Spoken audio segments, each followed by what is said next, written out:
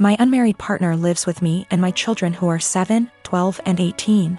He has 2 children aged 5 and 13, but they live with their mother. We've had his kids over whenever we can and I enjoy it. However, they are very different to mine, who are all mostly easygoing and respectful. And it has been just the 4 of us for most of their lives.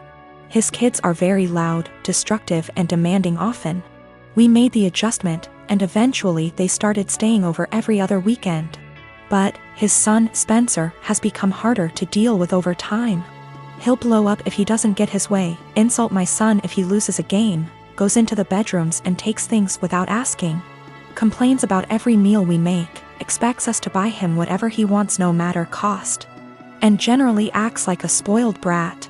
He can also be sweet, of course. He's a child and he's not evil, but this is fairly constant. We don't let it slide, but I also want to give him benefit of the doubt. He's 13, he could be acting out for lots of reasons with a weird family dynamic, I'm sure. I try my hardest to help him feel comfortable and heard //us, but his entitlement is rampant. It started to stress my kids out, and yesterday was the last straw for me. We were all about to go to the mall when my 12Y//O son asked if anyone had seen his birthday money. He had $100 saved, disappeared from his desk. Everyone, including Spencer, looked everywhere. Spencer even asked my son if he'd spent it and forgot, or if he'd left it at school, etc. Spencer then went outside to sit in the car alone and wait to leave. My partner went out to talk to him, which eventually led to getting him to empty his pockets. He had stolen the $100 to spend at the mall. My partner told him off, texted his mom about it and told me, then gave it back to my son. Quietly furious, we went out as planned after a talk with Spencer as to not ruin the day for the other kids. He didn't seem to feel guilty at all, even asked us to get him a $120 jacket while out. Once they were back at their mom's, I told my partner I don't want Spencer in the house anymore, at least for now. I do love his kids, and I don't want them to not see their dad. My partner has a house he doesn't use, so I suggested on those weekends we take the kids there for now. Then when any of mine aren't feeling it, they can go home and we can get some quality time, and so his kids don't have to share his attention as much. He thinks this is dramatic, an overreaction. I've told him I'm open to other ideas but won't budge from my stance. I don't want my kids feeling like they need to guard their space or to be uncomfortable in their own home. My youngest has autism and gets overstimulated with them around sometimes. He gets along W//5Y//O but needs breaks. My 12Y//O is quite anxious and 18Y//O has bipolar disorder. They're introverted, home is their safe haven and weekends are the only real free time they have. But I also don't want to be unfair to his kids. For some weird reason, my mother-in-law really wants to go into our bedroom whenever she comes over. On one occasion I followed her as she went upstairs. I was going to get something for my child as the bedrooms are upstairs. And she walked past the bathroom on the main floor and up the stairs behind it. She didn't hear me and I caught her walking straight into my room and rifling through bills on my dresser.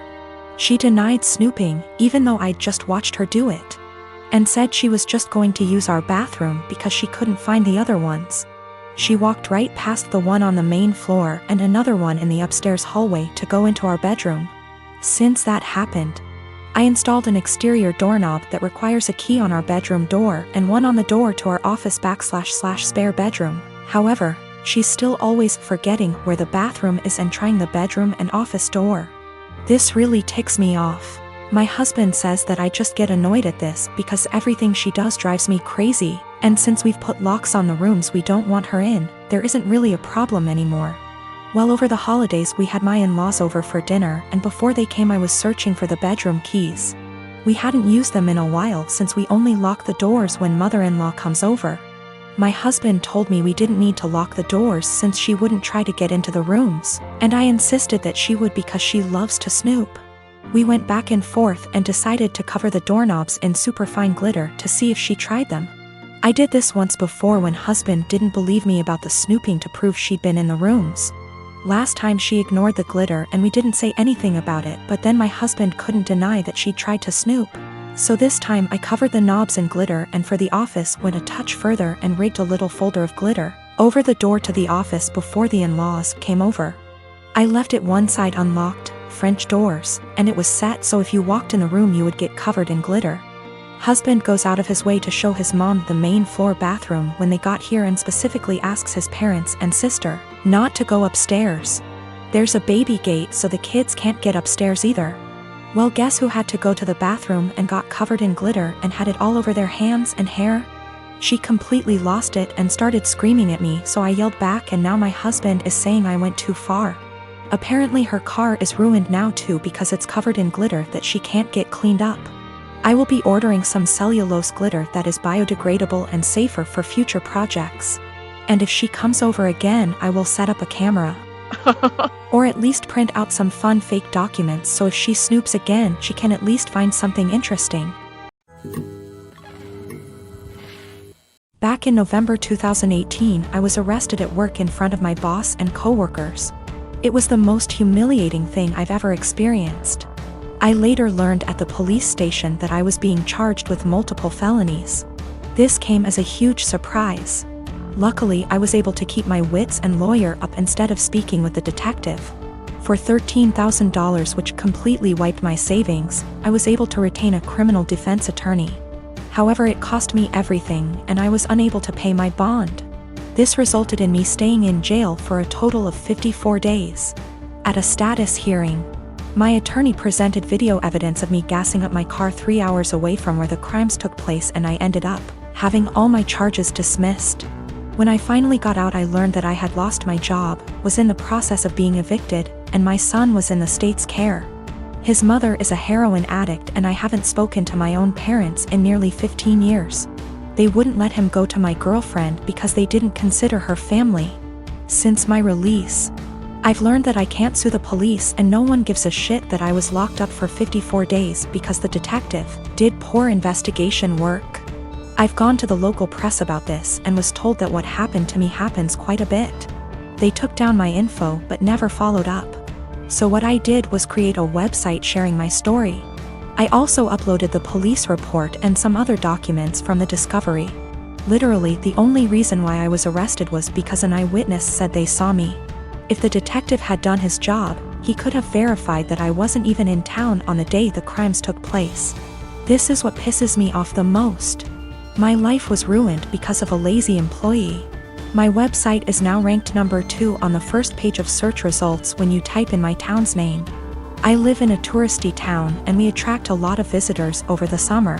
My web traffic has more than quadrupled, and apparently it's gotten someone high up's attention. I received a cease and desist letter recently, which I showed to my attorney. He said sharing my experience online isn't illegal and that everything I had stated was a fact or my own opinion, protecting me from a defamation lawsuit. Yesterday I received a visit from 2 officers and the detective who had arrested me. He apologized, stating mistakes can happen. They then talked to me about my website and asked if I could remove it. I said I would delete it on the condition that the detective leave his job and never do police work again. Suffice to say that isn't happening. After the visit I received, I'm more pissed off that the only reason the detective apologized to me was to get me to take down my website. I don't plan to, and the only one supporting this is my girlfriend. My friends think I'm being spiteful and have suggested that I just delete it. My apartment complex didn't do traditional trick or treating on Halloween.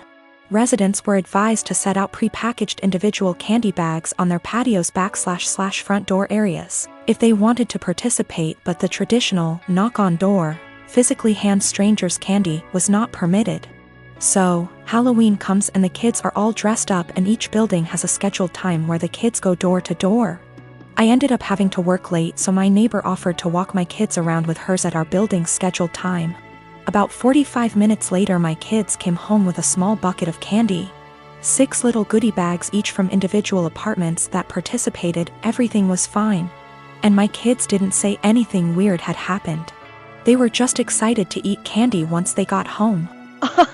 The next day I took my kids to the park directly across from our apartment complex. My neighbor was there with her kids as well. The kids were playing and she took out one of those individual goodie bags with candy in it from her purse and started to loudly rummage in it. She ate several pieces of candy and my daughter eventually noticed. Ran up and asked if she could have a piece and my neighbor responded, "Nope, this is my tax candy. Remember that this was my reward for taking you trick or treating last night." I was a little weirded out by that statement and asked what she meant. She said that since she is the one who had to take the kids out, she took 5 bags from each of my kids as a tax. Her son then chimes in and said, "You only took 2 bags from us." She responded with, "But I'm your mom. I was doing OP a favor so they get a higher candy tax." I was thinking about how to respond when I noticed that she was holding a Starburst candy and decided to just smile and nod, and go back to watching my kids. I let her continue to finish off the bag of candy and then said, "Hey, aren't you vegan? You know a lot of those candies are made with animal products, right?"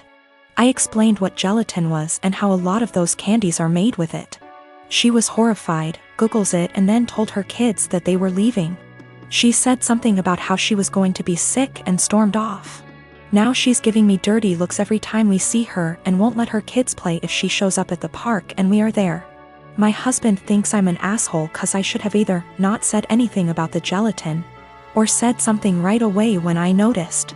I don't think it's my job to tell a vegan what is and isn't vegan though, and she deserved it for stealing candy from little kids. When we got home from the park after the gelatin incident, I sat my kids down and asked why they didn't tell me that the neighbor took half of their candy. My oldest kid is 6 and my youngest kid is 4. 6-year-old explained that as they went door to door during their designated trick-or-treating time, she would have my 4-year-old grab 2 bags instead of 1 from each apartment for the majority of them. She explained it to my kids that they were grabbing extra bags for her to be handed over at the end as taxation. So either freaking way she was directly taking candy from my kids or taking candy from other kids through mine.